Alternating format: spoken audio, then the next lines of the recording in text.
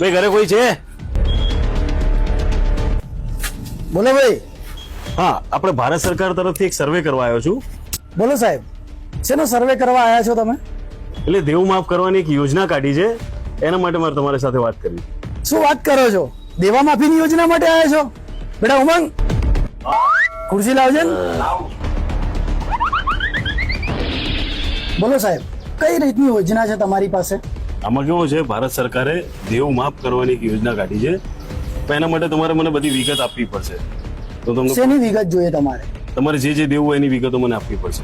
બરોબર છે. તો હવે તમારે બેંકની કોઈ લોન ચાલે છે? હા ચાલે છે ને. કેટલી હશે?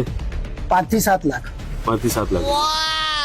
પછી માર્કેટમાંથી કોઈની પાસે લીધેલા હોય વ્યાજે કે? હા છે ને, લીધેલા છે. કેટલા છે? એમાં 3 લાખ હશે. 3 લાખ છે.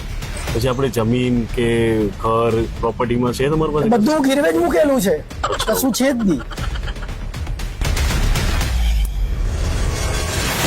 લા ભાઈ, તમે બરોબર ઇન્ક્વાયરી કરો. આ ઘરમાં તો ખાવાના ફાફાએ બધું દેવામાં જ છે. છાપરા ઉધીને વેચાઈ ગયો ભાઈ. આવા ઘરમાં છોકરી અપાતી હશે, તમે ઇન્ક્વાયરી તો કરાવો.